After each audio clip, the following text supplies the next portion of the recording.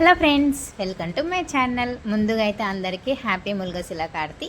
అసలుకి ముల్గశిల కార్తి రోజు చేపలు ఎందుకు తింటారో తెలుసా మీకు?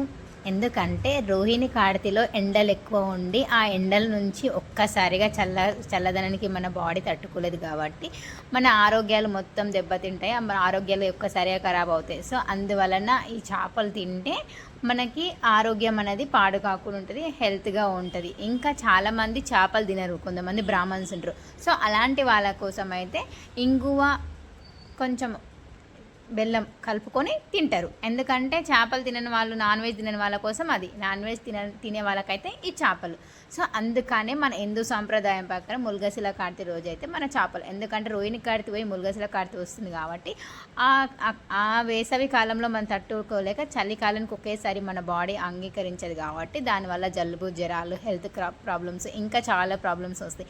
అవి ఏమీ రాకుండా చేపలు వండుకొని తింటే ఆ రెండింటికి సమానంగా ఆ చేపల లోపల పోయి మనకు బాడీ అనుకూలంగా మనకి సరిపోయేటట్లు మన బాడీ స్వీకరిస్తుంది. ఎందుకంటే వేడి చేప చాలా చల్లదనం, చాలా మంచి ఫుడ్ అన్నమాట. ఎందుకంటే చేప ఎప్పటికీ ఎండకు ఎండి, వానకు నాని, చలికి చేస్తూ మన ఈ కాలాన్ని 3 కాలాన్ని ఒకేగా అనుభవిస్తుంది కాబట్టి ఆ 3 కాలాలని అనుభవించే చేపని మనం తింటే మనం కూడా ఆ విధంగానే మంచిగా హెల్తీగా ఉంటామని ఒక కోరిక, ఒక నమ్మకం అందరికీ.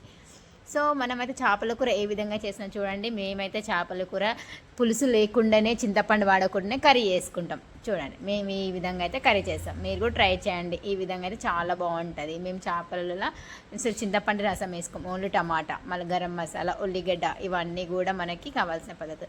ఇవన్నీ కలిపి పేస్ట్ చేసుకొని, పేస్ట్ ఈ విధంగా మంచిగా నీళ్ళు పోసి కాస్త ఇది చేసుకోవాలి. చేపలు అయితే మనం డీప్ ఫ్రై చేసుకోవాలి. మంచిగా డీప్ ఫ్రై చేసుకొని పక్కన పెట్టుకోవాలి. పక్కన పెట్టుకున్నాక ఈ పేస్ట్ మొత్తము మనం అల్లం వెల్లిగడ్డ పేస్టు, జీలకర్ర, మెంతులు, ఇవన్నీ కూడా మనకి పసుపు, ఉప్పు, కారం, ధనియాల పొడి కూడా అన్నీ నీళ్ళు చేసుకోవాలి. చేసుకొని డీప్ ఫ్రై చేసిన ఆయిల్లోనే కొన్ని తాలింపిత్తులు వేసుకొని ఈ ముందుగా కలుపుకున్న రసం మొత్తం ఆ నూనెలో పోయాలి. మనకి ఎంత చారు కావాలో అంతగా మనం ముందుగానే వాటర్ పోసేసుకోవాలి. మాడనివ్వకుండా మంచిగా పచ్చి వాసన పోయే వరకల్లా మంచిగా ఇది చేసుకోవాలి. ఇక ముందుగా మనం డీప్ ఫ్రై చేసుకునే చేపల్ని పక్కన పెట్టేసుకోవాలి, మంచిగా డీప్ ఫ్రై చేసుకోవాలి. దీంట్లో కూడా కొంచెం ఉప్పు, కారం, పసుపు వేసుకొని కాసేపు పక్కన డీప్ ఫ్రై చేసుకొని చాలా బాగుంటాయి. ఆ తర్వాతకి మరిగే మసాలాలో ఈ విధంగా చేప ముక్కలు వేసుకొని ఒక 10 నుంచి 15 నిమిషాలు మరగబెట్టుకుంటే సూపర్ టేస్ట్ ఉంటుంది. అసలు చింతపండు రసం పోయకుండానే సూపర్ అంటే సూపర్ టేస్ట్ ఉంటుంది. మీరు ట్రై చేయండి. ఎందుకంటే చాలామంది గ్యాస్ ప్రాబ్లం వల్ల చింతపండు వాడరు. సో అలా వాడని వాళ్ళకైతే ఈ రెసిపీ చాలా అంటే చాలా మంచిది.